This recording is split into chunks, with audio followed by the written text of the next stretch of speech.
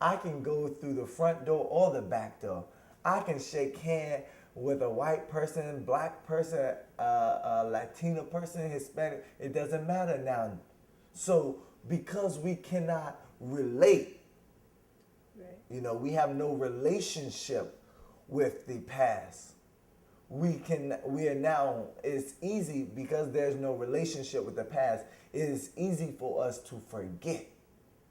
But once we create a relationship, once we take the past and the present and we marry them together, now we have a sense of unity because we're able to say, although my brothers and sisters in the past was not able to do that, I'm able to do that. And I can sympathize and empathize with them in the past and know that because they told me that. So I have their stories. I have their precious testimonies and stories given to me because they trust me with them. And so now I can empathize with what it was like back then. Now I have what it is like now.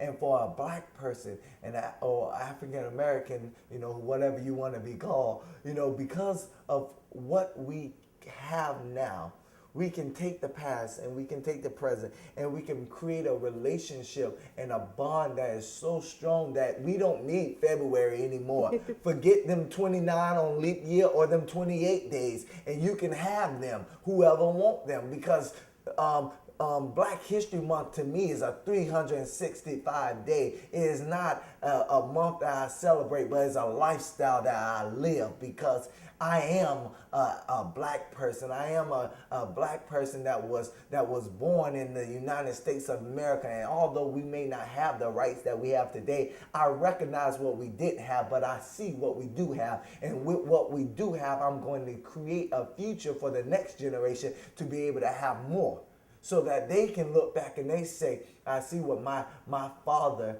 and his father's fathers did not have, and I see what they lacked in. But now, because of their sacrifice, I'm able to say I have. So I don't have this sense of ownership and accountability just because I'm a black person. I don't believe that. No, you don't get no ownership of Black History Month or anything just because you're black. That's ignorance. And to me, ignorance is a cancer to the body. When you get ownership when you get accountability for who you are as a human being. When your individual person affects your whole race, or better yet, your whole generation, that is when you get ownership and you can say, I'm a proud black man, not because of what my ancestors did, but because I recognize what they did and because of what I am doing now. If we only memorize and celebrate what they did in the past, then we forget what we can do in the future. We have to be able, I kind of, dislike what people say, when it comes Martin Luther King birthday and Black History Month. They say we're remembering the dream. Nah, not me. I don't need to remember the dream because the dream lives within me. I am the dream.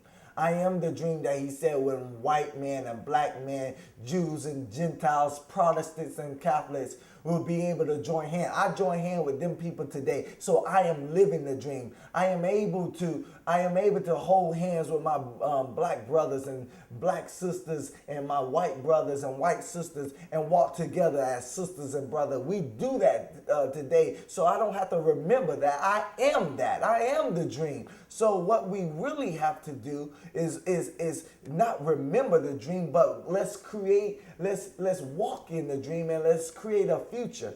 It's time to now have vision. Old men will dream dreams and young men will have vision. It's time to have a new dream. It's time to take what Dr. King said. It's time to take what Dr. King said and it's time to move forward to something new. We no longer have to worry about holding hands with a white man and black man. We no longer have to worry about being judged by our skin color. Yes, it does still happen today. I'm not saying racism is gone, but it is. But yet we have the ability that they did not have in the past. So we have the ability to do more. And if we just remember and just say, oh, this is a time of just take and remember. No, this is a time to make a change. You know, Gandhi said we must be the change that we want to see in the world today. And that is what I see as as a black person.